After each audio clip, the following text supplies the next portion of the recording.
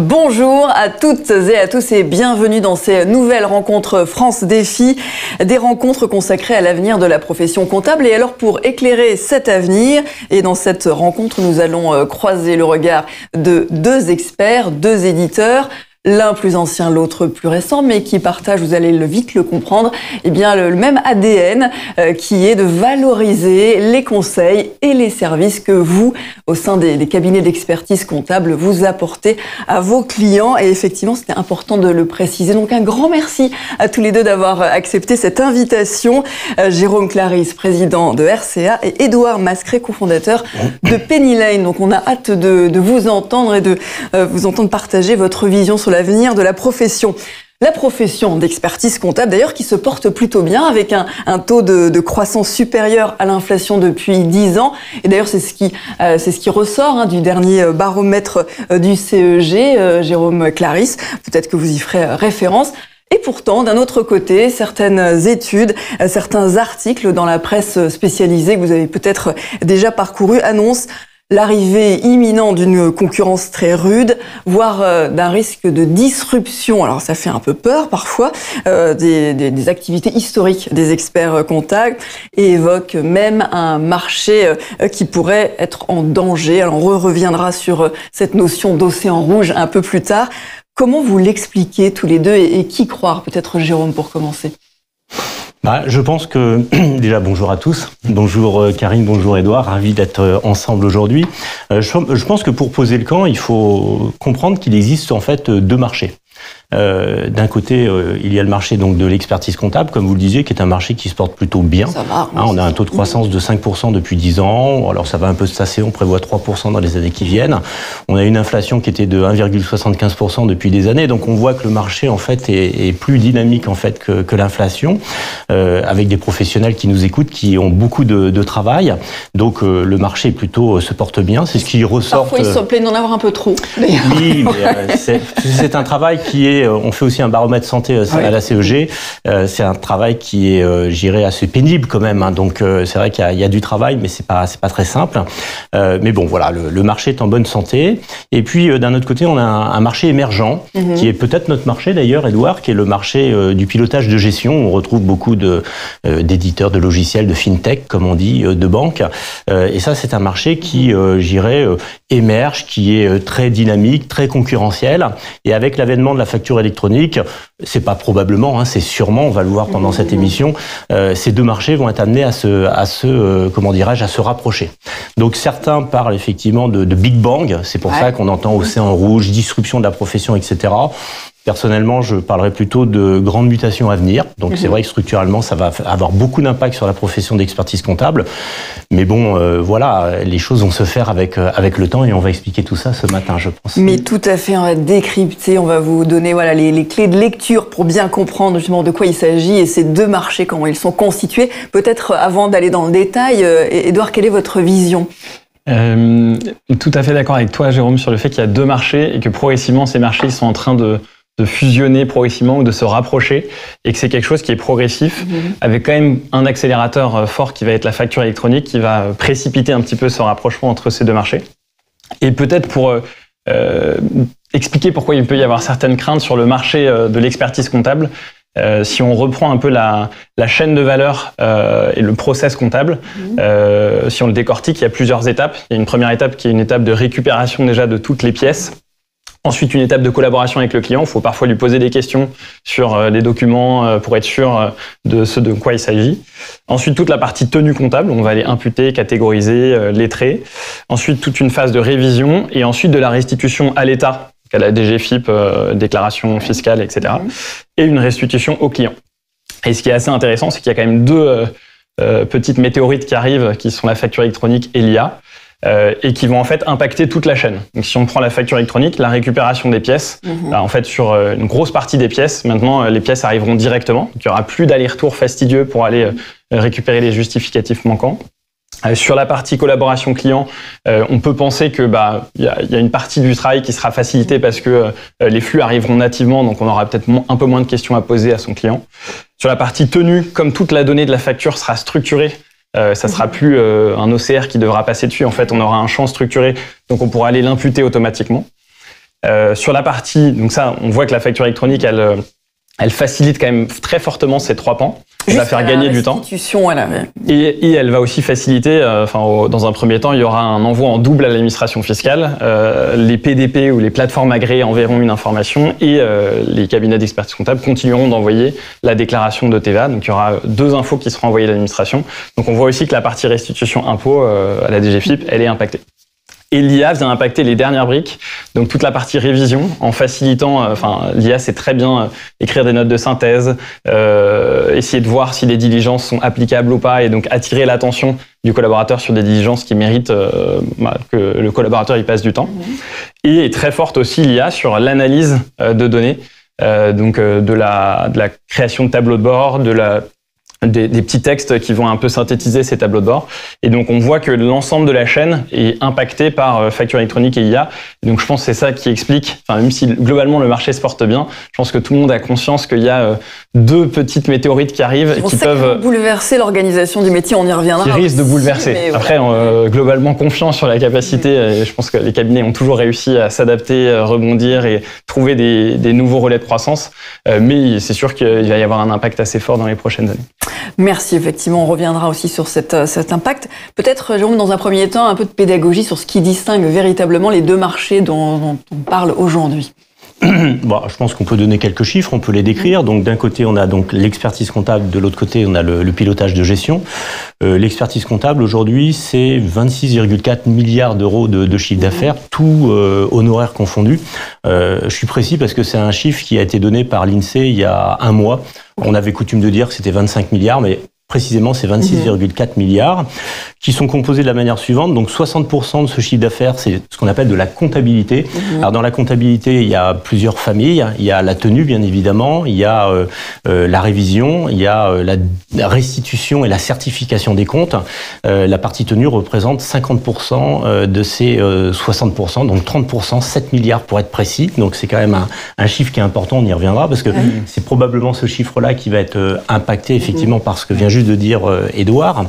Et puis le reste, c'est 20% donc de social, 10% de juridique et 10% de conseil.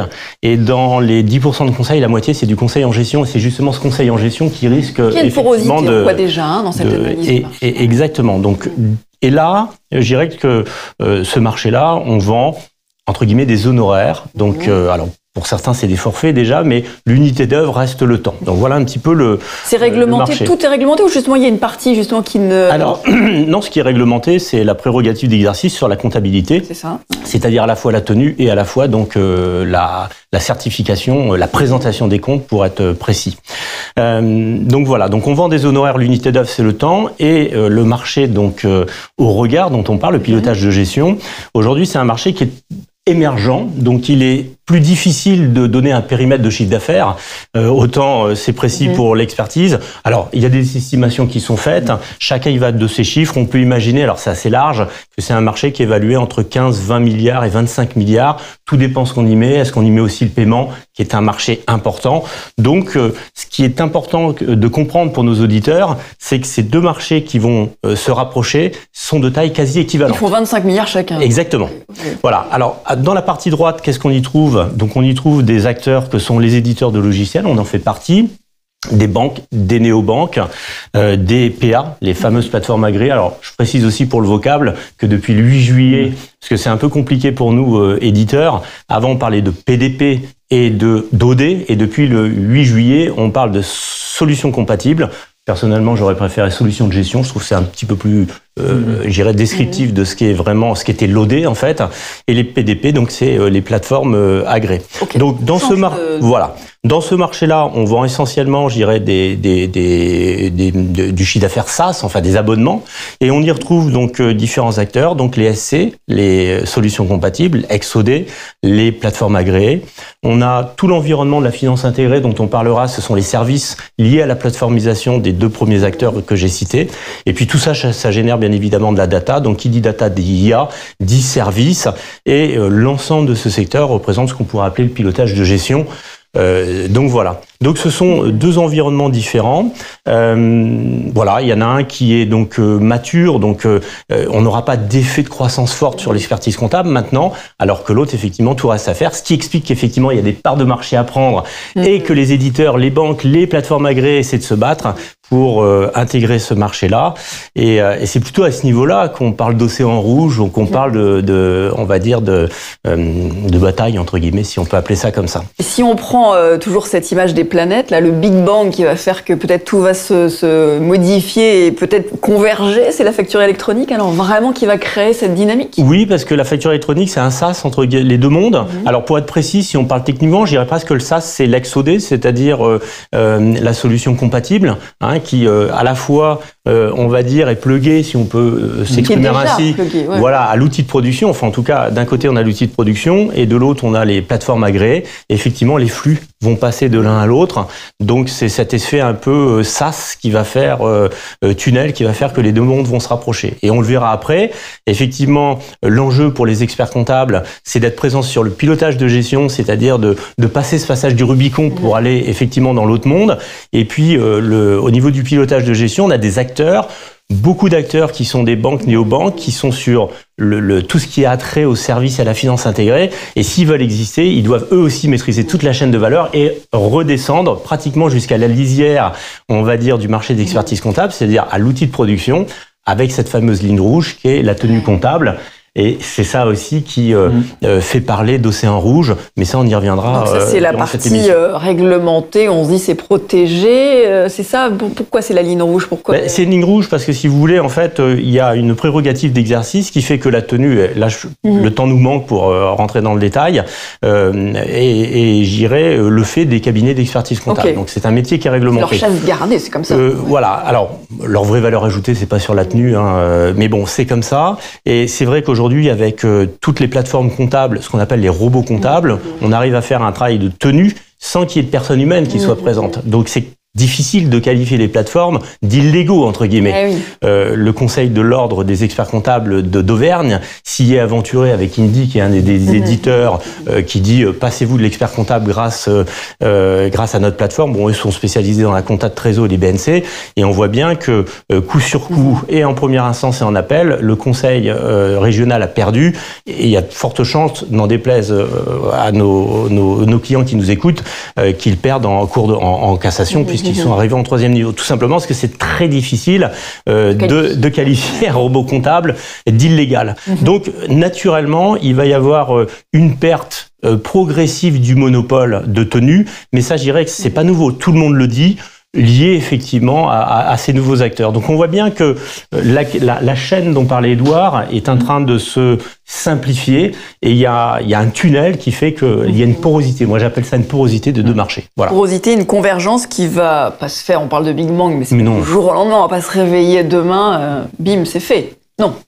Ça, c'est la problématique. Vous savez, l'être humain a tendance à penser que les choses vont aller très vite avant qu'elles se passent, et c'est toujours très long. Et il y a une amnésie une fois que ça s'est passé, en imaginant que ça a été très vite, alors que quand on regarde dans le passé, ça a été très long. Donc toute notre problématique, de toute façon, par rapport à cette émission et par rapport à toutes les discussions qu'on peut avoir ensemble depuis des années, c'est pas une problématique de vision, c'est une problématique de timing. Parce qu'on sait très bien où on va. Par contre, je dirais, il y en a qui disent ça va se faire en 2 ans, d'autres qui disent ça va se faire. Et c'est ça qui est difficile, c'est cette mutation. Voilà. Édouard, qu'en pensez-vous sur à la fois ce timing, cette raison d'être aussi des deux marchés, de leur convergence? Ouais, moi je dirais qu'il y a presque, je rajouterais un troisième marché en disant il y a. Oula, c'est déjà assez complexe. C'est déjà assez complexe. Je complexifie un peu. Un troisième marché. Et je dirais qu'il y a 3 univers qui sont en train de fusionner progressivement pour en faire qu'un seul. Le monde de l'outil de production comptable. Donc moi, je parle plutôt des logiciels parce que je prends le prisme éditeur. Le monde des outils de production comptable, le monde des outils de gestion ou des solutions de gestion ou solutions compatibles dont parlait Jérôme, et le monde du compte pro, du compte bancaire. Et pour nous, c'est le catalyseur, c'est la PDP, la plateforme agréée, la PA, là, qui est en train de faire en sorte que ces 3 mondes encore plus rapidement se fusionnent pour n'en faire qu'un seul. Si je m'explique, dans un an, le 1er septembre 2026, toutes les entreprises françaises doivent avoir assujetties à la TVA, doivent avoir une plateforme agréée, sinon elles ont une amende, donc où elles vont recevoir toutes leurs factures d'abord qui viennent de grands groupes et de TI, puis ensuite qui viennent de toutes les entreprises. Et donc, ça veut dire que toutes les factures d'achat vont arriver au même endroit. Or, pour beaucoup de TPE, d'indépendants qui sont accompagnés par des cabinets, c'est leur cabinet d'expertise comptable qui avait besoin de ces factures d'achat. Donc, on voit en réalité qu'avec la plateforme agréée, on est en train de rapprocher très fortement le monde de la gestion des factures, du monde de la comptabilité, du monde de l'outil de production. Et il y a une deuxième chose, c'est que dans cette réforme, il y a un sujet sur les statuts de paiement. Donc, il faut actualiser ces statuts de paiement pour pouvoir dire si une facture va rendre éligible la TVA ou pas, exigible la TVA ou pas. Et donc, en fait, qui dit statut de paiement dit qu'en fait, progressivement, l'être humain a envie d'aller au plus simple. Donc, les gens voudront, s'ils font leur facture avec un outil, voudront essayer de se faire encaisser. Par exemple, les gens paieront avec un bouton sur la facture et pour que ça automatise le paiement, enfin le rapprochement entre le paiement et la facture. Ils voudront payer leur fournisseur en un clic, comme ça, hop, ça passera automatiquement les statuts, le statut de la facture à payer. Au lieu de devoir le faire manuellement, soit eux-mêmes, soit par leur cabinet, qui risquerait de dire, moi, si je fais ce travail supplémentaire, aujourd'hui, je le fais dans la compta, mais si je dois en plus le faire dans ton outil à toi, je vais te facturer en plus. Et donc, assez logiquement, on voit qu'il y a les paiements qui sont en train de se nicher au cœur de l'outil de gestion, qui lui-même s'est rapproché assez fortement de l'outil de production comptable. Et donc, ça implique beaucoup de choses. On parle d'océan rouge, avec beaucoup d'acteurs. On voit qu'on est quasiment 100 plateformes agréées labellisées par le gouvernement. On voit que sur ces 100 acteurs, en fait, il y en a qui viennent de différents horizons. Ceux qui viennent du compte pro, de la banque, eux, leur crainte, c'est tiens, si demain, tous les flux de paiement se retrouvent à l'intérieur de l'outil de gestion, moi, banque, je vais perdre les flux. Puisqu'en fait, mes clients, ils font tous leurs paiements à l'intérieur de leur outil de gestion. Donc, on voit que quasiment toutes les banques et néobanques se sont outillées pour aller sur le sujet de l'outil de gestion. Donc, on voit que Banque Populaire a racheté iPayDat. On voit que certaines ont développé leur propre solution maison. Certaines ont racheté des plateformes agréées. Donc, c'est Kino qui a été racheté il y a peu de temps. Par Arkea. On voit que dans les néobanques, on voit que Conto vient du compte pro, a progressivement développé tout l'arsenal de l'outil de gestion avec la facturation client, les gestions des notes de frais, etc. Est devenu plateforme agréée, a racheté Regat pour se rapprocher de l'outil de production comptable. Donc voilà, une partie des acteurs vient de la banque, une partie des acteurs vient de l'outil de gestion. Et progressivement, s'est dit, tiens, si je suis pas plateforme agréée, j'aurai pas les factures dans l'outil, donc mon outil ne servira plus à rien. Donc la plupart de ces acteurs se sont dit, tiens, je vais devenir plateforme agréée. Et en plus, je vais essayer de faire de la pré-compta, me rapprocher le plus possible prendre la première partie du processus comptable, toute la partie tenue, de façon à laisser uniquement la révision dans les outils de production comptable. Et ensuite, si on prend les outils de production comptable, là c'est assez frappant, mais quasiment tous les outils sur les 4-5 dernières années se sont organisés pour avoir une réponse côté client, une réponse outil de gestion et plateforme agréée. Donc c'est Cegid qui rachète EBP et qui sort une nouvelle brique Cegid. C'est Agiris qui rachète Bobby. C'est Visma Income qui rachète Evolise. Ça éclaire tous ces mouvements-là. Okay. Et donc, il y a une fusion entre ces trois mondes et on va dire que le catalyseur, effectivement, c'est la facture électronique qui, en fait, va rendre l'outil de gestion encore plus important qu'avant et notamment va embarquer les flux de paiement de plus en plus à l'intérieur de cet outil de gestion. Parce que c'est obligatoire, donc là, forcément, il n'y a plus le choix, il faut y aller. Ouais. Il vaut mieux avoir les bons outils, du coup. C'est mieux. Il vaut mieux avoir les bons outils. Et peut-être, pour moi, moi, je trouve que c'est une bonne nouvelle pour les cabinets d'expertise comptable parce que la réforme, elle est séquencée de façon assez avantageuse puisqu'elle commence par les factures d'achat. Or, quand on fait la tenue comptable, en général, les entreprises qui ont confié leur tenue à leur cabinet, c'est leur réflexe de dire, tiens, je vais transférer toutes mes factures à mon cabinet. Et donc, le cabinet, il est hyper légitime pour aller proposer son propre outil à son client en disant regarde, je vais te faciliter la vie, tu me les envoyais par un différent biais parce que tu les recevais par différents biais. Et donc en fait, demain, moi j'ai une solution pour toi pour aller récupérer les factures d'achat. D'où l'importance pour moi que le cabinet soit moteur, puisque une fois qu'il l'a équipé sur la partie facture d'achat, tous ceux qui ont des besoins généralistes, qui utilisaient Word, Excel sur leur facturation, qui utilisaient des outils assez simples, progressivement ils vont pouvoir utiliser l'outil du cabinet. Et donc le cabinet se retrouve au cœur des flux. Oui, de garder la main sur l'outil que le cabinet a choisi plutôt que de subir tout un tas d'outils que les clients auraient pu, de façon un peu anarchique, choisir eux-mêmes s'ils n'ont pas été conseillés suffisamment en amont par leur cabinet, si je comprends bien. Et alors, selon vous, pourquoi ? Quel est l'intérêt de l'expert comptable, justement, je l'ai un peu dit, mais pour d'investir sur le marché du pilotage de gestion ? Quelles sont les clés, peut-être, alors Edouard et Jérôme en complément, dans l'ordre que vous voulez ? Pourquoi il faut y aller? Pourquoi le cabinet doit y aller? Alors moi, je vais parler comme un vieux. Oui. Mais non. Édouard est jeune. Moi, je suis rentré dans la profession en 92. En 92, on m'a dit l'expert comptable doit investir le conseil en gestion. On parlait des tableaux de bord à l'époque. 92. Mais voilà, en 92. Ça nous rajeunit pas. Et ça fait 30 ans, en fait, qu'on parle effectivement du pilotage. Quand on fait des études de clientèle, l'ordre en a fait, différents organismes en ont fait. L'accompagnement de gestion, le pilotage, c'est ce qui arrive en tête des besoins des dirigeants. Alors, on ne sait jamais trop ce qu'ils mettent derrière. Qu'est-ce qu'on entend par... Parce que est-ce que c'est du tableau de bord? Est-ce que c'est de l'accompagnement? Mais en fait, c'est du pilotage de gestion. Hein, c'est y voir clair sur leur activité avant que ça soit traduit sous forme de comptabilité. On y arrive. Donc, j'ai envie de dire, qui de plus légitime que l'expert comptable pour y aller? En tout cas, pour ce qui me concerne, ça me ferait quand même mal que les experts comptables n'investissent pas ce marché-là depuis le temps qu'on en parle. Donc ça, c'est, j'irai la réponse un petit peu sous la forme du sourire. Et puis, j'irai plus sérieusement, il y a de nouveaux services et des attentes de la part de clients. Donc, faut répondre à ces attentes. Il y a des nouveaux services à proposer. On n'estime pas complètement, et j'en parlais la semaine dernière avec Stéphane Reynaud, que vous connaissez, on essayait d'imaginer l'impact de l'IA sur la tenue comptable dans les années qui viennent. C'est assez difficile à exprimer, on a du mal, mais on voit bien que ça va pas faciliter les choses. Donc, s'il sera peut-être potentiellement perdu d'un côté, il faudra le rattraper de l'autre. Donc, on va transformer des honoraires de tenue par des nouveaux services. Et tous ces nouveaux services vont être poussés par cet effet de plateformisation, par effectivement ces solutions compatibles. C'est ce qu'on voit à l'écran, la plateformisation du cabinet. Et exactement, repartir de l'expertise comptable jusqu'au pilotage de gestion, en passant par là. Alors là, vous avez mis OD, mais on parle de SC maintenant. Ça y est, il va falloir changer les vocables. PA, finance intégrée, c'est-à-dire les services, la data et tout l'IA, le prédictif. Je pense que Édouard nous en parlera par la suite. Et toute cette remontée de la chaîne de valeur de gauche vers la droite, c'est ce qu'on appelle la plateformisation du cabinet. Et donc, les experts doivent y aller. C'est pas, ils peuvent potentiellement y aller, ils doivent y aller. Il n'y a pas tellement le choix. En fait, si je comprends bien, dans l'environnement, dans ce que avec la facture électronique, c'est obligatoire.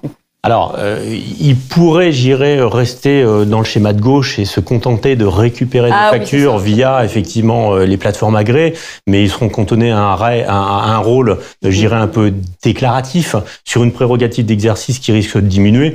Bon, là encore, on peut en parler pendant des heures, mais tout le monde le dit, c'est pas moi qui le dis. Il faut que les experts comptables développent des honoraires de conseil et de services, et là, on a toutes les possibilités pour le faire. Ok, c'est très clair.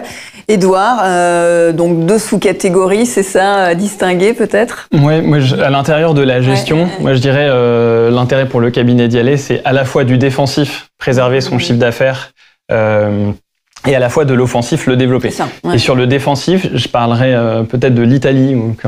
Beaucoup ont parlé de l'Italie où la réforme a été mise en place. En fait, globalement, les cabinets ont réussi à bien défendre leur chiffre d'affaires, mais en fait, il y a une petite recomposition du chiffre. C'est-à-dire le régalien, le réglementaire a baissé de l'ordre de 20 à 25%, si je dis pas de bêtises. Et la partie... service de gestion, donc je vais t'aider sur les factures en litige, je vais t'aider à mieux piloter ta boîte. En fait, ça, ce chiffre s'est considérablement développé. Ils ont réussi, du coup, à ne pas perdre de chiffre d'affaires lors du passage à la facture électronique, voire même de le développer. Et moi, je suis convaincu qu'il y a un peu 2 voies quand on parle de gestion pour les cabinets. Il y a une voie qui est plutôt, aller équiper son client et plutôt aller faire de l'admin RAF, responsable administratif financier, pour le compte de son client. Ça va permettre de pallier la baisse de chiffre d'affaires qu'il n'y aura pas. On va juste un peu expliciter. RAF, c'est responsable administratif financier. Ça va être quelqu'un qui va aider. C'est des nouvelles missions que peuvent proposer les cabinets. Donc, par exemple, aider à établir des factures, aider à les relancer et à faire en sorte que le paiement soit bien effectif, aider dans les paiements fournisseurs. C'est des missions qui sont déjà effectuées par certains cabinets, mais c'est souvent assez niche, assez ponctuel. Moi, je suis convaincu que demain, un artisan qui n'a pas le temps, il sera content de laisser du recouvrement à son cabinet pour lui se concentrer sur ses chantiers, son business. Et on peut prendre beaucoup de segments de métiers. Je suis à peu près certain que beaucoup de populations auront besoin d'un cabinet pour les aider là-dessus et leur faciliter le quotidien. Si on reprend juste l'exemple de l'Italie, comment est-ce qu'il y a juste un petit zoom là? Comment ils ont réussi à facturer clairement? Parce que c'est pas simple. On voit bien aujourd'hui déjà les cabinets font des conseils. Mon cabinet me donne plein de conseils. Ouais. Pour le coup, à facturer, c'est pas simple. Comment ils s'en sont sortis pour gagner de... Alors, pour le coup, sur cette partie admin RAF, je trouve que c'est assez simple. Enfin, c'est plus simple à facturer parce que c'est pas un conseil au téléphone. Quelqu'un m'appelle et en fait, je me rends disponible pour lui répondre. Là, c'est vraiment une mission. Je vais relancer vos clients, je vais faire une action très concrète et donc ça paraît légitime. Enfin, il y a quand même beaucoup de temps gagné côté client. Donc ça paraît légitime pour le cabinet de le facturer. Donc là-dessus, c'est comme ça qu'ils s'y sont pris. Quelque chose d'assez marquant en Italie, c'est aussi qu'ils ont pris à bras-le-corps la réforme. Ils ont au début un peu tardé, et puis après, dans les 18 mois avant le lancement de la réforme, ils ont commencé à énormément communiquer sur la facture électronique, beaucoup parler à leurs clients des outils qu'ils allaient mettre en place. Et en fait, je crois que 60 ou 70% des entreprises italiennes ont été équipées par leur cabinet d'une solution équivalent PA chez nous, plateforme agréée. Donc, je dirais que ça, c'est sur le défensif, un peu défendre le chiffre d'affaires, remonter, comme la tenue va être un peu fragilisée, un peu plus automatisée, et ben remonter un peu sur des tâches de gestion. Et après, il y a l'offensif. Et après, l'offensif, moi, je le vois plus sur, on en parlait, sur les tableaux de bord, sur la capacité à envoyer des synthèses un peu plus... soit des synthèses génériques, mais ça dégagera pas énormément de chiffre d'affaires, soit des synthèses un peu plus personnalisées. Et ça, on a la chance d'avoir l'IA qui va nous aider à faire ça, et aussi la facture électronique avec le fait qu'on va avoir le contenu des factures, qui va permettre à des cabinets, alors je pense que ça sera pas toutes les entreprises qui en auront besoin et qui seront capables de payer pour, mais une partie des entreprises sera curieuse de savoir, tiens, c'est quoi l'évolution de mes achats en farine, c'est quoi l'évolution de... Et donc, le plus légitime, celui qui aura toute la donnée structurée chez lui, ça sera quand même le cabinet d'expertise comptable. Donc là, il y a vraiment du chiffre d'affaires nouveau à aller créer, développer pour le cabinet. Parce que c'est intéressant aussi ce point de spécialisation. On a parlé de farine à l'instant, ça me fait penser, oui, pourquoi pas se spécialiser dans un domaine pour être encore plus pointu, mais on y reviendra peut-être. Repenser... Et peut-être aussi autre chose, c'est dans les nouveaux outils qui existent, donc je pense à RCA, à Pennyline, il y a aussi certaines... on peut beaucoup plus faire du sur-mesure qu'avant, donc notamment sur la partie analytique. L'analytique avant, quand on n'avait pas les bons outils, c'est les gens qui écrivaient sur la facture à quelle équipe il fallait se rattacher et tout. Quand on a les bons outils, c'est un tag analytique, on peut aller créer, c'est un label qu'on va pouvoir mettre en automatique selon certaines règles. Et donc en fait, ça facilite énormément une lecture beaucoup plus poussée. Alors bien sûr, l'indépendant, il en aura pas besoin, mais une TPE, une PME, elle peut être curieuse de se dire tiens, je rentre un cran plus loin dans la compréhension de mon business grâce à cette analytique. Donc c'est les outils, en plus de la facture électronique et la donnée structurée, les outils vont aussi aider à avoir une lecture plus sur mesure de chacun des business. Et ça, Jérôme, ce qui est important aussi pour les cabinets, c'est de bien structurer l'offre. C'est ça, d'être vraiment au clair sur c'est comment je valorise. Ça passe aussi par une structuration de l'offre et une organisation un peu différente. Alors, tout à fait. Je voudrais rebondir sur ce qu'a dit Édouard. Je suis tout à fait d'accord. De toute façon, on est en phase par rapport à tout ça. Il y a une chose que on se rend peut-être pas encore complètement compte, c'est que sur le marché du pilotage en gestion, il va y avoir en fait deux grandes séquences. Je simplifie, mais c'est à peu près ça. De 2025 à 2030, on va avoir une phase d'équipement, donc de digitalisation, où on va avoir essentiellement le développement donc des solutions compatibles et des plateformes donc agréées. Et tout ça, ça va créer un phénomène de plateformisation. Et à partir de ce phénomène de plateformisation, on va pouvoir insuffler un tas de services. Et donc, tant que cette phase de digitalisation massive n'a pas encore eu lieu, peut-être que les experts ou les dirigeants ont du mal à se projeter effectivement dans ces services futurs. Donc moi, je prends souvent une comparaison, c'est un petit peu comme un smartphone. Vous avez donc l'équipement avec un smartphone et puis après, vous avez le store. Évidemment, le jour où tous les dirigeants seront entre guillemets équipés de smartphones, c'est-à-dire de solutions compatibles, là, on pourra diffuser de nouveaux services. Alors, toute la question, c'est de savoir qui va diffuser ces nouveaux services, parce qu'à un moment donné, même si l'expert comptable a l'intention, ça reste quand même beaucoup de développements digitaux. Et là, il faudra qu'il s'appuie sur, on va dire, des acteurs de confiance. Voilà, Pennyline, RCA, et il y en a d'autres, bien évidemment, qui travailleront main dans la main avec l'expert comptable pour l'aider à diffuser ces nouveaux services, l'aider à les structurer, à les proposer, les facturer. C'est un peu l'aventure qui nous attend dans les années qui viennent. Donc déjà, choisir le bon partenaire. Je rebondis sur ce que tu viens de dire, parce que je suis 100% d'accord. J'aime beaucoup la métaphore avec le téléphone, où pour donner un peu la mesure de ce qui est en train de se passer, moi je dis souvent, c'est comme si actuellement on se servait tous du fixe, et qu'en fait il y avait le mobile qui débarquait, et en fait la PA, la plateforme agréée, c'est un peu la carte SIM. C'est-à-dire il y en a 100 qui sont labellisées par l'État, celles qui peuvent communiquer avec le réseau en centrale et envoyer des informations. Et le SC, la solution compatible, c'est la solution de gestion, c'est le téléphone. Et en fait, en réalité, on a beaucoup, sur ces dernières années, parlé du débat sur les PDP, donc qui est un débat sur les cartes SIM.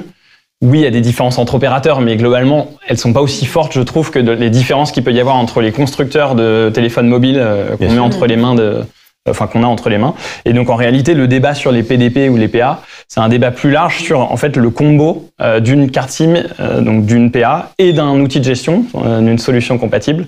Et donc va aussi y avoir un enjeu clé pour les cabinets, c'est d'être certains qu'ils sont en train de fournir le bon équipement, c'est-à-dire carte SIM plus téléphone à leurs clients. S'ils offrent un 3310, ça conviendra à une partie de leurs clients, mais le Nokia 3310, c'est plus forcément les usages actuels. Donc, faut aussi en tout cas, conseil pour un cabinet, c'est de bien se pencher sur quelle est la solution que je vais recommander à mes clients, la solution de gestion, parce que elle est clé. En fait, si elle est bien foutue, mon client l'adoptera de façon hyper fluide, donc il s'en servira, et donc je serai au cœur des flux. Alors que si je lui donne une solution un peu mal façonnée, il ira peut-être voir ailleurs des solutions un peu mieux faites au meilleur prix. Et donc, il y a un risque que l'expert comptable perde cette bataille, voilà, et que les flux basculent chez par exemple, une néobanque ou un autre acteur. Pour terminer sur la compréhension de ce mouvement des cabinets d'expertise comptable vers le pilotage de gestion, ça nécessite aussi une organisation différente à l'intérieur des cabinets. Ça va bouger. Dès lors où le cabinet va passer de l'expertise comptable au pilotage de gestion, et dès lors où on parle des acteurs du pilotage de gestion qui sont les banques, les néobanques, les éditeurs de logiciels, les plateformes agréées, etc., il faut bien comprendre que si le cabinet va sur ce marché-là, il va être obligé d'embrasser les codes de ce marché, c'est-à-dire de devenir une société de service. Là encore, on en parle depuis des années, on y est. Donc il va y avoir deux nécessités. La première, elle est technologique, et là, sauf à maîtriser complètement les outils, mais force est quand même de constater que la plupart des cabinets d'expertise comptable devront s'appuyer sur des acteurs de confiance, donc avec effectivement toute cette remontée de chaîne de valeur, donc que ça soit les outils de Penny Lane, que ça soit nos outils, il y en a d'autres, ça va être de fournir donc la solution de gestion, la plateforme agréée, les services, le data, l'IA, l'accompagnement, etc. Donc le téléphone, la carte SIM et le store, pour reprendre, on va dire, ce qu'a dit Édouard.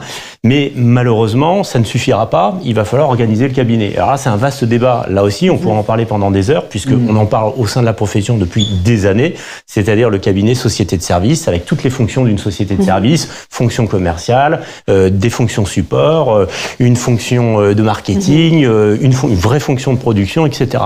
Donc ça veut dire une remise à plat de la chaîne d'organisation du cabinet. Des compétences aussi à acquérir. Des compétences à acquérir, mais là, c'est pas que je veux éluder le débat, c'est presque un débat sur lequel on pourrait faire une émission en tant que telle. C'est organiser un cabinet en société de service.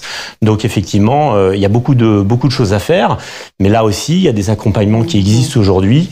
Il y a des cabinets qui ont commencé ce chemin-là depuis des années et qui s'en sortent aussi très bien, il faut le dire. Il n'y a pas que des cabinets qui n'ont pas exploré ce marché. Et chez France Défi, il y en a beaucoup. C'est ça, on va dire que tous ceux qui nous regardent aujourd'hui sont déjà dans cette dynamique, évidemment. Il y a une petite chose sur laquelle, parce que ça me passe par la tête là au moment où on parle, alors qui nous touche directement, donc ce n'est pas que ce point-là qui est important, mais si je prends par exemple dans la société de service l'approche par rapport au coût informatique.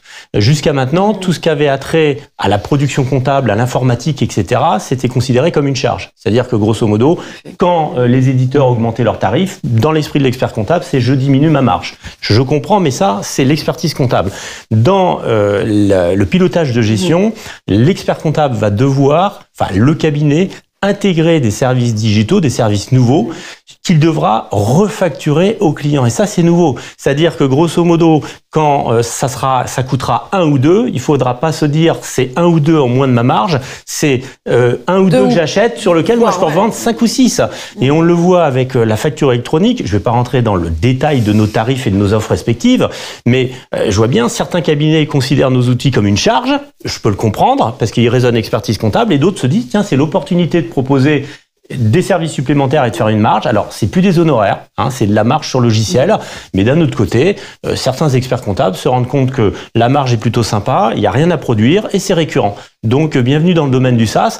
Donc, là aussi, ces sociétés de services ou ces cabinets sociétés de services vont changer de mindset par rapport à ce qu'ils vont proposer, ce qui n'enlève pas, je dirais, la qualité de l'expertise comptable, les honoraires plus traditionnels, mais là, on est bien dans le mix des deux. Mais en tout cas, on ne vendra pas à droite des services comme on a pu le faire dans le monde de gauche. Ça, c'est absolument pas possible. Et avant de passer justement à l'autre marché, à sa stratégie, ce qui me semble assez clair au sein des cabinets d'expertise comptable, c'est que cette vente de nouveaux services, elle se fait dans un contexte de confiance avec les clients. Enfin, je veux dire, ce qui n'est pas le cas de n'importe quel vendeur dans n'importe quel monde. Donc il y a quand même cet attrait et ce lien qui me semble aussi important de rappeler. L'autre marché, on a étudié ce mouvement des cabinets d'expertise comptable vers le pilotage de gestion. Et alors maintenant, là, l'autre marché, c'est quoi la stratégie? Comment il remonte cette chaîne de valeur dans votre sens? Alors, peut-être, je rebondis juste sur ce qu'a dit Jérôme, sur la transformation que ça implique auprès du cabinet, et ça répondra aussi à comment remonter vers l'autre marché. Moi, il y a une image que j'aime bien prendre, c'est l'image du trépied pour faire la transformation d'un cabinet. Et donc, elle repose sur 3 pieds. Et donc, le moyen mémotechnique, c'est 3 pieds, 3 P. Les personnes, le produit, le bon outil et les process. Et on voit qu'en fait, un cabinet qui réussit à faire sa mue vers une société de service, c'est quelqu'un qui prend en compte ces 3 dimensions-là. Donc ça veut dire les personnes, ça veut dire réussir à accompagner ses collaborateurs existants vers peut-être des missions un peu différentes qu'ils feront demain. Donc on a dit par exemple demain il y aura peut-être un peu plus d'administratif ou de gestion. Est-ce que les équipes en place ont envie de le faire? Est-ce que certaines sont motivées, sont prêtes à se former? Ou au contraire, non. Et donc, il faut peut-être aller embaucher des profils en dehors. Il y a toute une réflexion à avoir sur, en fait, comment j'accompagne mes équipes existantes et comment j'attire des nouveaux profils au sein du cabinet. Dans les personnes, il y a aussi le client. Comment j'accompagne mon client pour aller lui dire, tiens, en fait, il y a une réforme qui arrive, il y a un nouvel outil, je vais te former pour prendre en main ce nouvel outil.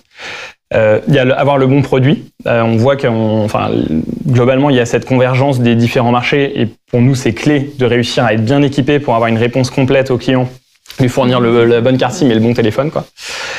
Et les process. Et ça, on voit clairement la différence, nous-mêmes, dans les cabinets qui installent Pennyline, entre des cabinets qui ont mis en place, mais pas forcément processé, notamment côté client. Il y a des cabinets qui ont dit à un collaborateur, tiens, tu vas être référent et tu vas brancher chacun des nouveaux clients, ou alors qui ont embauché des welcomers pour le faire. On voit qu'il y a une adoption complètement différente côté client. Quand il y a un vrai process où, tiens, dès qu'il signe sa lettre de mission, en fait, il est pris en main, on va aller brancher tous ces différents outils et tout arrive, et puis mettre quelques automatismes. Et en fait, on simplifie le travail du collab versus des cabinets qui n'ont pas fait ce travail où en fait, parfois le client sait même pas forcément comment se servir de l'outil et donc il y a une adoption qui est moindre et donc moins de productivité derrière pour le cabinet. Donc pour nous, c'est assez clé et donc pour remonter vers la gestion, en fait, faut essayer de s'appuyer sur un peu ces 3 pieds, avoir les bons outils qu'on peut proposer, les bonnes personnes et donc ça implique peut-être de créer des nouveaux postes, des gens qui sont capables d'aller sur des missions de DAF, contrôle de gestion, des gens capables de remonter vers de l'admin, de l'office management. Et il faut aussi les bons process, la bonne structuration au sein du cabinet. Jérôme, avant de s'intéresser à l'océan rouge.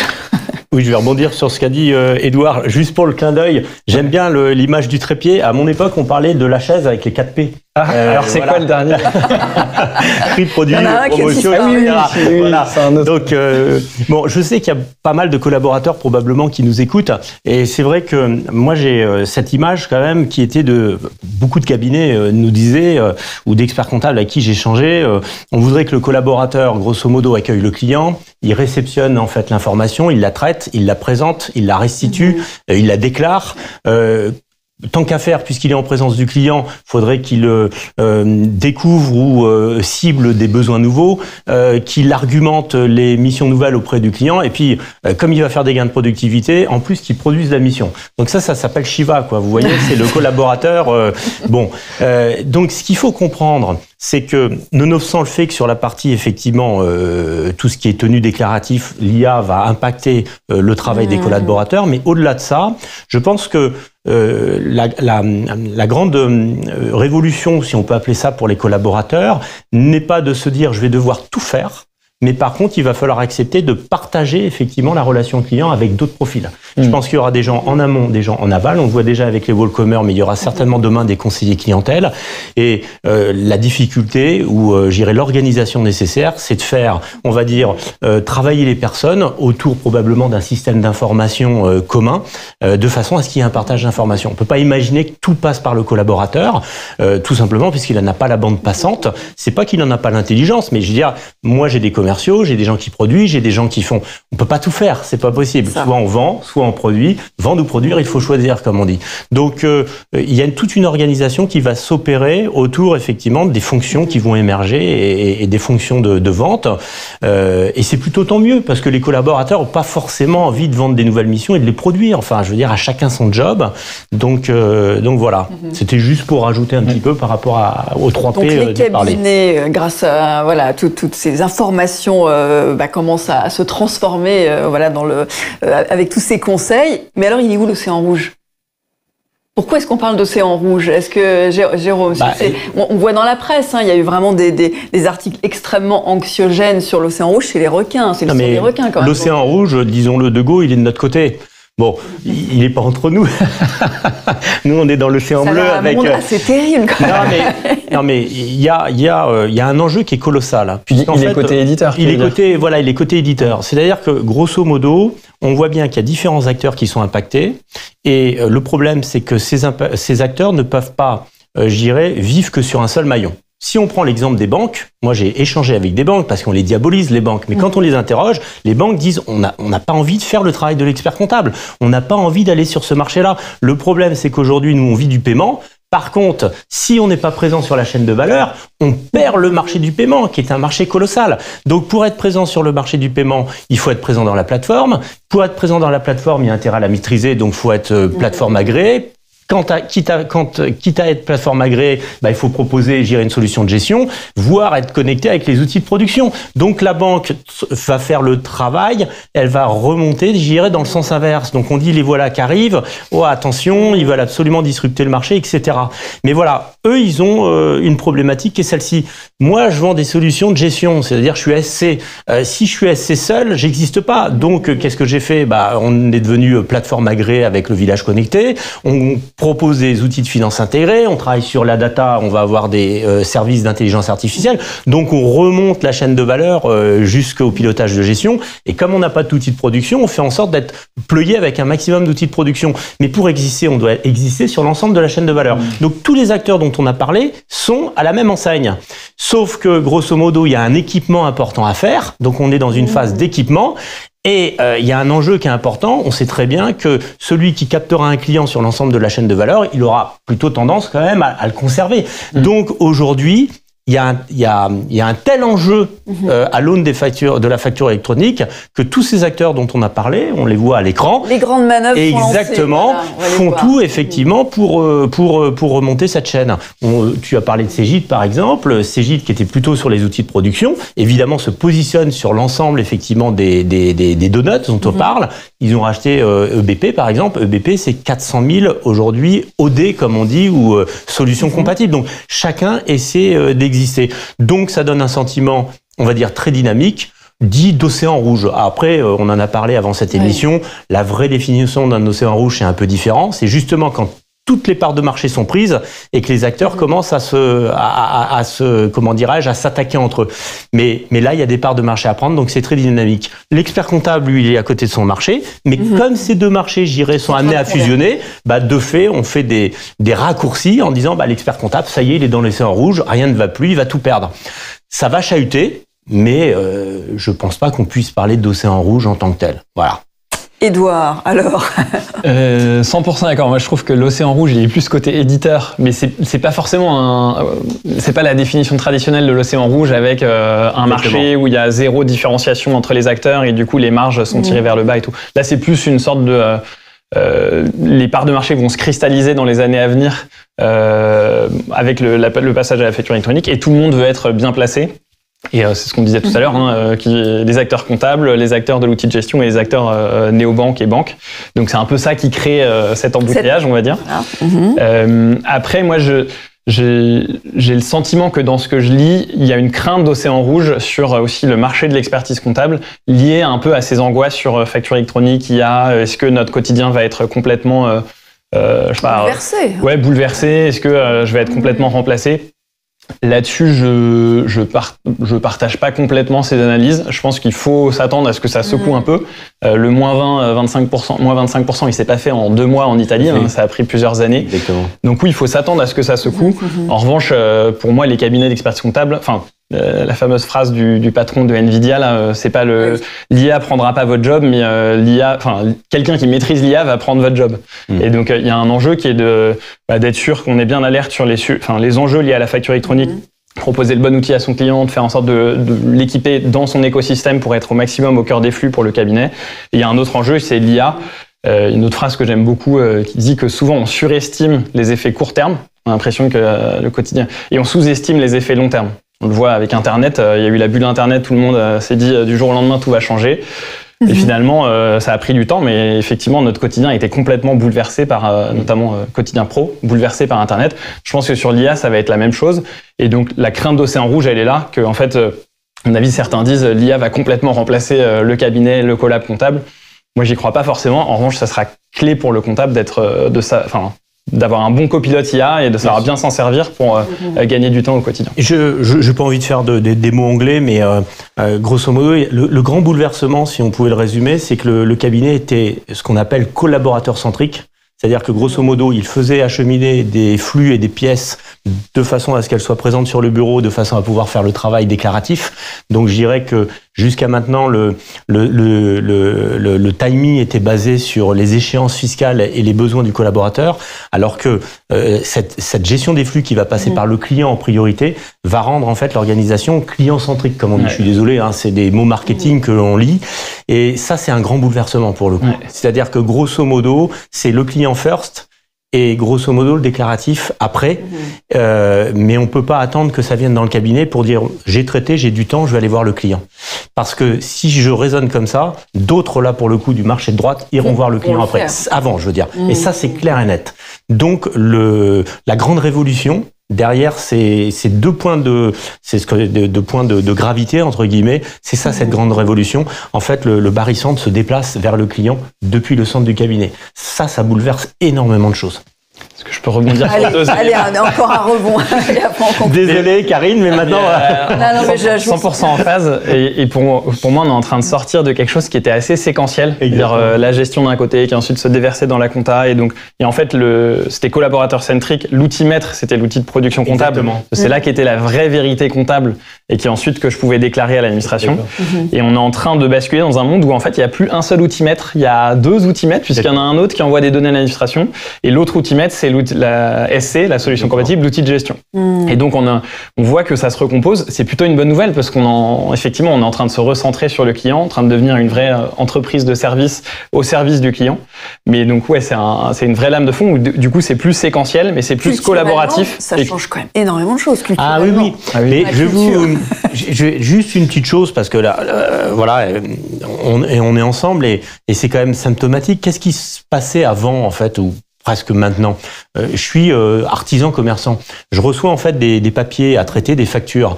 Grosso modo, il y a, on va dire, deux cheminements. Le cheminement qui consiste à les envoyer dans le cabinet d'expertise comptable avec tous les moyens possibles, aux sérialisations, etc. Mais dans l'absolu, quand on parle de gestion, après c'était une autre, je dirais, un autre espace dont le cabinet s'occupait peu. Moi, je vois des artisans. Alors, il y en a qui sont bien organisés, qui mettent ça dans deux pochettes. D'autres, ils remettent ça sous des feuilles Excel. D'autres, c'est l'épouse qui, le week-end, fait des choses. Mais c'est deux salles, deux ambiances. En fait, le cabinet, lui, ce qui est important, c'est qu'il puisse récupérer en fait les éléments pour pouvoir les traiter, être à l'heure et qu'il n'y ait pas de pénalité. Sécurité, argent. Mais en fait, le côté conseil, gestion n'existait pas.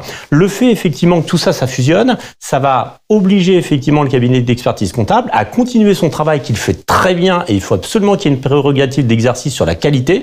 Ça, j'insiste. Mais ça va l'obliger aussi à dire qu'est-ce qu'on fait aussi de ces pièces en temps réel pour faire du pilotage. Et le pilotage, c'est pas forcément un compte de résultats avec un EBE, etc. C'est la relance des devis, c'est de l'argent dehors, c'est tout un tas de choses. Donc, il n'y a pas besoin d'avoir une comptabilité à jour pour pouvoir conseiller le client. On peut faire du pilotage sans comptabilité. Donc, c'est ça un peu la révolution client-centrique, collaborateur-centrique. Et l'autre point, c'était le risque que le cabinet et ses clients qui soient équipés avant. Oui. Moi, je pense vraiment que c'est sur le bas de marché, le bas de segment de la clientèle des cabinets. Je pense qu'il y a un risque qu'en fait ce bas de marché, il s'équipe, il crée sa structure en ligne auprès d'un acteur qui en fait fournit la créa, mais aussi il lui fournit, comme il est en train de créer sa boîte, il a besoin d'une plateforme agréée. Donc, il a besoin d'un outil de gestion. Donc, il a son compte pro. Et on voit qu'il y a de plus en plus de solutions qui sont en train, avec la création d'entreprises, d'essayer de capter en amont le client et de le garder chez eux tout du long.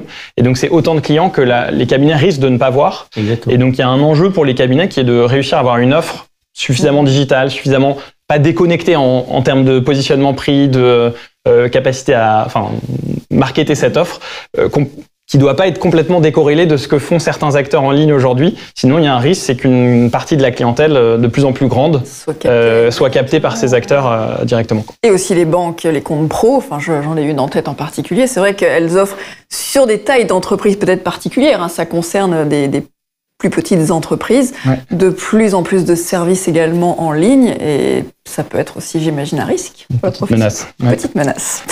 Alors tout ça, juste pour terminer, parce qu'il nous reste peu de temps, j'imagine, mais cette transformation va nécessite déjà de gros moyens financiers.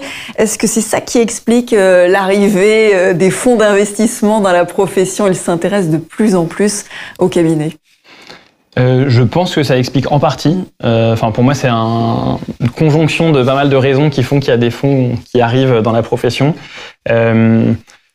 Je pense effectivement, déjà c'est un business qui est récurrent, résilient. On l'a vu avec le Covid. Je pense que le Covid a quand même un peu attiré l'attention des fonds parce que là où pas mal de secteurs souffraient. C'est dérisqué, quoi. Voilà, l'expertise comptable résistait et a très bien résisté pendant le Covid. Marché récurrent, résilient, encore très atomisé. Moi, j'ai eu l'occasion de parler à quelques fonds. À chaque fois, ils me disent c'est sidérant parce que l'acteur numéro 1, il a peut-être 10-15% de part de marché maximum. L'acteur numéro 4 de ce marché, il a plus que 2 ou 3%. Et donc, pour eux, c'est très atomisé, très fragmenté. Et donc, il y a l'occasion de faire des gros champions, des gros, des pôles un peu plus mastoc. Ensuite, leur troisième constat, c'est effectivement qu'il y a pas mal de petites révolutions de marché qui arrivent et qu'en fait, il faut s'outiller, il faut se structurer. Et parfois, les cabinets sont vraiment en mode machine de production avec uniquement des gens dans la prod, donc collaborateurs, chefs de mission, experts comptables. Et donc, c'est difficile quand on a un cabinet de petite taille d'avoir, on va dire, la structure siège, avec des gens capables de mener des projets, des gens capables d'avoir une vraie vision IT, logiciel, des gens capables d'avoir d'autres métiers et tout. Et donc, en fait, ces fonds, ils se disent, en atteignant la masse critique, je vais permettre d'avoir tout ce socle qui fait que je peux apporter le bon service 360 à mon client et d'être la bonne entreprise de service demain. Il y a autre chose qui les fait rêver, ça je pense c'est un peu, je crois que c'est un cabinet anglo-saxon qui s'appelle Azets, qui a été revendu, il y a une partie des parts qui a été revendue à 15 fois l'EBITDA. Et donc ça, dans la tête d'un fonds, il se dit, tiens, si je rachète à 7-8 fois l'EBITDA, je revends à 15 fois l'EBITDA, je peux faire une belle culbute en assez peu d'années. Et donc ça attire beaucoup de fonds aussi de se dire, tiens, aux US, aux États-Unis, en Angleterre, il y a eu des belles culbutes faites par des fonds qui ont investi dans des cabinets d'expertise comptable. Et en France, ça n'a pas encore été fait. Et donc, on a envie de le faire à tout. Donc, il y a le côté sécurité, une belle rentabilité, voire une belle culbute. Il y a un risque. Et donc, non seulement la culbute, mais aussi, je pense qu'ils se disent, c'est j'ai un atout phare quand j'achète un cabinet, c'est la relation de confiance que ce cabinet a avec son client. Et si j'arrive à faire ce virage vers client-centric, comme tu disais, en fait, je vais pouvoir lui vendre plein d'autres choses. Et donc, non seulement je vais revendre à un meilleur multiple, en fait. mais en plus, mon chiffre d'affaires par client sera bien plus élevé. Et donc, en fait, à la fois le chiffre d'affaires, il monte, à la fois le résultat net, il monte, et en plus, le multiple de résultat net augmente. Et donc, ça fait des culbutes sur plusieurs niveaux. Et c'est ça qui fascine, je pense, les fonds sur ce marché. Pour compléter ce que dit Édouard, je pense qu'on arrivait à un moment. Les fonds, en fait, ils ont une manière de fonctionner et ils s'intéressent à un marché quand différents éléments, en fait, sont requis. Et aujourd'hui, c'est le cas dans la profession d'expertise comptable. Un fonds, qu'est-ce qu'il cherche? Il cherche un multiple et un TRI. Donc un multiple, l'idéal, c'est aller à un multiple de 3, par exemple, sur 5 ans, avec un TRI de 20-25% par an. Voilà. On en est de là. Et aujourd'hui, en fait, qu'est-ce qui se passe? Sur un cabinet, il y a un cheminement qui est très clair. Un cabinet qui a racheté entre 10-12 fois le BE, sur lequel déjà on sait, pour toutes les raisons que tu as évoquées, donc que c'est un marché relativement stable, etc. Donc déjà, on a un taux de croissance de 3-4% qui est assuré. Ensuite, le deuxième point, c'est qu'effectivement, il travaille sur la marge. Donc déjà, plus on a de cabinets, plus on peut retravailler la marge et une mise aussi sur effectivement les gains de productivité et l'intelligence artificielle. Donc on travaille sur la marge. On travaille sur la durée structuré sur ce qu'on appelle le désendettement, donc par rapport à l'endettement de départ. Et après, il y a deux phénomènes. Il y a ce phénomène, alors pour prendre l'exemple, les fonds aiment bien parler comme ça, je me mets à parler anglais, ils parlent de build-up, mais en fait, les cabinets du build-up, ils en font depuis des années, c'est ce qu'on appelle de la croissance externe, c'est-à-dire racheter son cabinet, un cabinet. Donc simplement, sur certaines tailles de cabinets, un cabinet de 5 millions en build-up par an, plus ce qu'on appelle, pareil, du cross-sell, c'est-à-dire de la vente additionnelle, c'est tous les services qu'on a imaginés. L'ensemble fait qu'aujourd'hui, on a déjà des premiers cas en France où effectivement, on arrive à atteindre ces multiples de 3 avec, alors on est sur des reventes de BE puisque tout est structuré qui sont pas de 10-12 mais de, 14-15, c'est ce qu'a dit Édouard. Et le tout cumulé, comme je dis, c'est quelque chose qui permet effectivement d'intéresser les fonds. On y ajoute un deuxième point et ça on a vu on a eu l'occasion d'en discuter, c'était à Lisbonne l'année dernière, c'est qu'en plus aujourd'hui, le modèle de financement départ des cabinets d'expertise comptable sur la base d'un endettement remboursé en 7 ans dans la holding de l'associé, c'est un modèle qui est un peu éculé et qui risque d'être de plus en plus compliqué vu les multiples qu'on vient d'évoquer. Mais est-ce qu'il faut en avoir peur alors, parce qu'on a vu dans la pharmacie, dans les analyses, les cabinets de biologie, là, ça peut avoir des conséquences sur la qualité, sur le personnel. Est-ce que ça doit faire peur ou pas au cabinet d'expertise comptable, cette financiarisation? J'ai du mal à répondre à cette question parce que là aussi, il faudrait une émission en tant que telle. Et c'est comme le cholestérol. Il y a le bon cholestérol et le mauvais cholestérol. Il y a de très bons fonds et il y a de mauvais fonds. Effectivement, moi, je lisais l'autre jour un article au niveau des cliniques vétérinaires où on faisait des opérations sur des animaux qu'on n'avait pas besoin pour essayer de faire de l'argent absolument avec des fonds derrière. C'est absolument inadmissible. Et voilà, ça, c'est, j'irais peut-être les dérives ou la perversion du système. Après, j'irais, on a besoin aussi de financement autre que des financements classiques et on le voit aussi par l'expérience Pennylen pour pouvoir effectivement remonter cette chaîne de valeur. C'est la différence que vous faites, on va le voir à l'écran, entre financement de croissance d'un côté, financier de l'autre. Oui, alors ça c'est encore autre chose, on parlera de la partie droite parce qu'il y a un petit amalgame par rapport à la chose, mais on va dire, on demande aux experts comptables de passer de gauche à droite. Et j'irais un peu la pénalité, ça serait de dire faites-le avec les modèles de financement d'avant. Alors qu'il faut qu'il révolutionne complètement le cabinet, c'est ce qu'on a vu avec un exercice totalement libéral.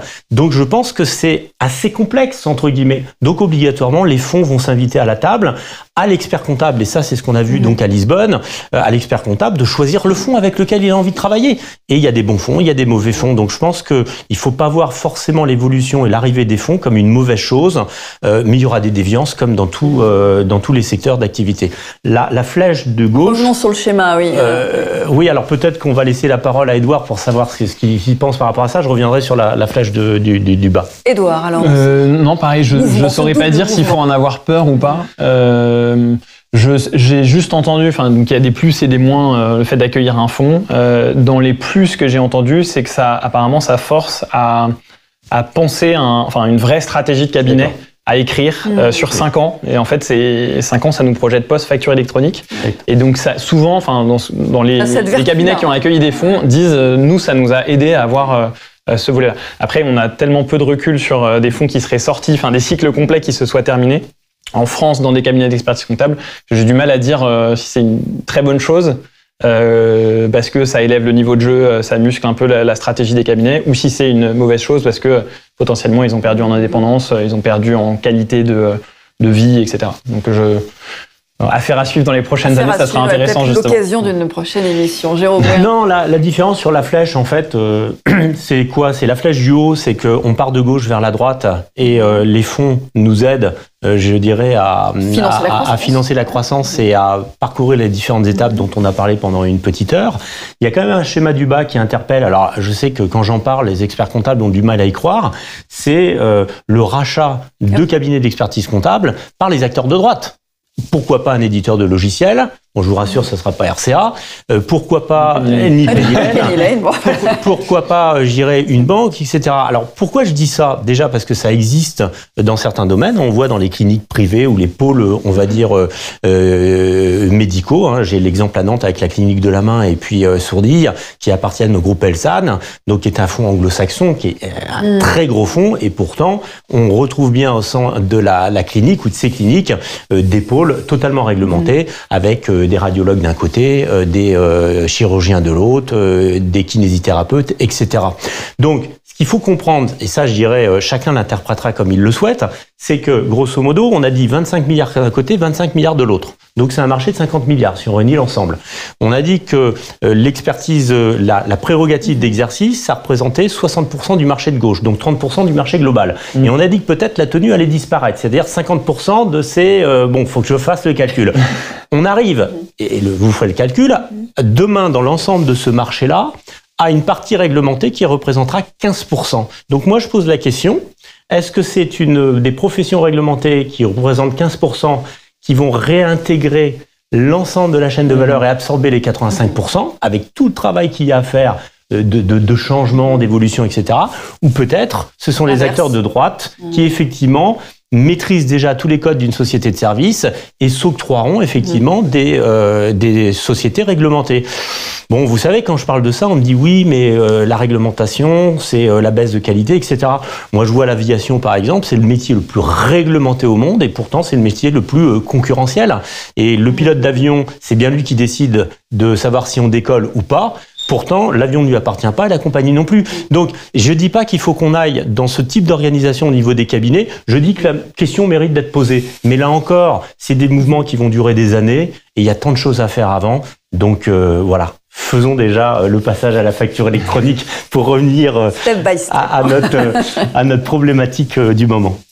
On arrive à la conclusion de cette belle rencontre avec vos regards d'experts. C'était vraiment tout à fait passionnant. Après tout ce que l'on vient de se dire, est-ce que finalement, peut-être un dernier message pour les collaborateurs des cabinets d'expertise comptable qui nous écoutent? Est-ce que finalement le chemin que vous avez à peu près tracé, quand même jalonné ce mouvement de gauche vers la droite et de droite vers la gauche, est-ce qu'il y a une autre alternative finalement, ou est-ce que c'est comme ça que vous voyez de toute façon les choses à l'avenir? Alors, on n'a pas préparé les conclusions, donc là c'est avec le cœur. Moi déjà la première chose, je pense qu'il faut que les collaborateurs soient très confiants. On va pas avoir des gens qui vont faire la manche dehors avec des cabinets totalement disruptés, une déchéance totale, etc. On est dans un processus de transformation longue, et les collaborateurs vont embrasser ce processus de transformation, tout comme leurs clients se transforment. Donc, il faut être très très optimiste. Il faut simplement accepter de comprendre que ce qu'ils font aujourd'hui, ça sera pas ce qu'ils feront demain, tout simplement. Mais il y a plein de métiers comme ça. Je veux dire, nos métiers évoluent, donc faut être excessivement positif et optimiste. Après, moi j'avais fait intervenir Frédéric Fréry, que vous connaissez, sur effectivement que faire. Et il avait fini en fait sa présentation, c'était dans le cadre du CEG, en disant vous avez 3 alternatives, donc je le reprends parce que ça m'avait fait sourire. Soit vous passez à la salle de muscu, donc c'est-à-dire vous passez de gauche à droite. Et ben voilà, va falloir remonter la chaîne de valeur et c'est ce que j'engage tous nos auditeurs à faire et on pourra les aider par rapport à ça et ça va être super. Soit effectivement, et certains le feront, ils passent à l'Institut de beauté, c'est ce que disait Frédéric Fréry, bah oui, ce qu'on appelle préparer la mariée, en se disant bon bah voilà, je préfère. Et la troisième alternative, c'est aller à la niche. Et à la niche, c'est pas péjoratif, c'est aller dans une niche. En fait, 90% des cabinets d'expertise comptable sont au centre de l'échiquier, proposent tout type de prestations pour tout type de clients. Donc, j'irais, l'évolution globale, c'est d'adjoindre des services supplémentaires, et c'est ce qu'on a dit, et c'est ce dont on parle depuis une heure. Il y a quand même des alternatives en termes de positionnement sur l'échiquier de porteurs. Par exemple, alors oui, alors ça peut être ça peut être déjà soit une niche sectorielle, soit une niche la boulangerie, par rapport à des missions, soit ça peut être élever effectivement le niveau de sa clientèle. Enfin, faut quand même dire que 85-90% des clients des experts comptables sont des TPE. Il y a une vraie demande d'accompagnement en termes de mission de conseil sur la PME. Donc on peut aussi se dire, je vais sur la PME, mais il y a beaucoup moins de PME, mais il y a des cabinets qui sont spécialisés dans le domaine. Il y en a qui font de la compta en ligne et qui sont sur un peu du low cost. Enfin, il y a une sorte de camailleux qui est possible, mais là, c'est totalement revoir sa stratégie. Pour 90% des experts comptables, et je pense ceux qui nous écoutent, je pense que la seule alternative, c'est effectivement d'aller là où on a dit, c'est-à-dire d'améliorer son offre de service avec des services supplémentaires. Voilà. Merci Jérôme. Et Edouard, pour conclure. Ouais, de mon côté, je dirais qu'il y a, quand on parle d'un cabinet d'expertise comptable, le métier socle, phare, c'est la comptabilité. Et en fait, on voit que sur les dernières décennies, il y a progressivement le social qui s'est invité, qui a pris 20% du chiffre d'affaires des cabinets, qui constitue désormais 20% du chiffre d'affaires. Le juridique, avec toutes les PV d'AG, les créations, qui maintenant représentent 10%. Et donc, il y a un peu ce triptyque CSJ, compta, social, juridique, où maintenant un cabinet de taille moyenne ou importante, ça paraît complètement aberrant s'il n'a pas un peu ce triptyque à proposer à son client. Et moi, je suis convaincu qu'on va avoir une 4e lettre. On revient à la chaise. Hein. Qui sera CGSJ, donc compta, gestion, social, juridique. Et que bien sûr, ça ne va pas se faire en un soir, ça va se faire sur, à mon avis, c'est du moyen terme, donc c'est sur c'est-à-dire dans les 5 à 10 prochaines années, les cabinets auront le choix soit d'ajouter cette 4e lettre, soit de ne pas l'ajouter. Mais en l'ajoutant pas, en fait, ils courent le risque de finalement plus avoir le socle de base pour lequel un dirigeant vient les voir au quotidien. Et donc, moi, ce que j'encourage à la fois les collaborateurs et les experts comptables, c'est à essayer de penser comment je vais ajouter cette 4e lettre dans mon offre, par quoi ça commence, quelle est ma stratégie pour l'ajouter, en pensant toujours à ce petit trépied, donc avec les bons outils, les bonnes personnes, les bons process au sein de mon cabinet, pour ajouter cette 4e lettre qui demain constituera peut-être 20-30% de mon chiffre d'affaires du cabinet. Et j'aime bien l'analogie avec le social, parce que le social, c'est un des rares métiers au sein des cabinets d'expertise comptable où les experts comptables n'ont pas de difficulté à vendre, ils vendent des services et des produits à l'unité avec des tarifs. Ouais. Voilà. Et je pense que ça sera exactement la même chose avec les services dont on a parlé pendant 1 heure. Donc, il y a un bel avenir pour les cabinets d'expertise comptable. Eh bien, merci. Faire un peu de muscu, peut-être. Voilà. Choisir les autres voies, mais... Merci beaucoup. Merci à tous les deux pour la richesse de cet échange. Merci à France Défi pour l'organisation. Et puis, à vous tous pour votre écoute tout au long de cette rencontre avec vous, collaborateurs de ces différents cabinets d'expertise comptable. Bel avenir à tous et à très bientôt pour de nouveaux échanges.